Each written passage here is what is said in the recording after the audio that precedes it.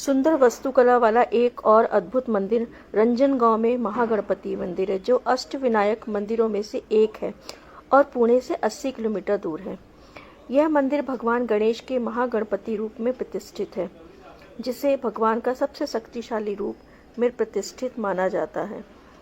इस मंदिर की कहानी पुणे के रंजनगांव में स्थित महागणपति अष्टविनायक मंदिर भगवान गणेश की उनके महागणपति रूप में समर्पित है।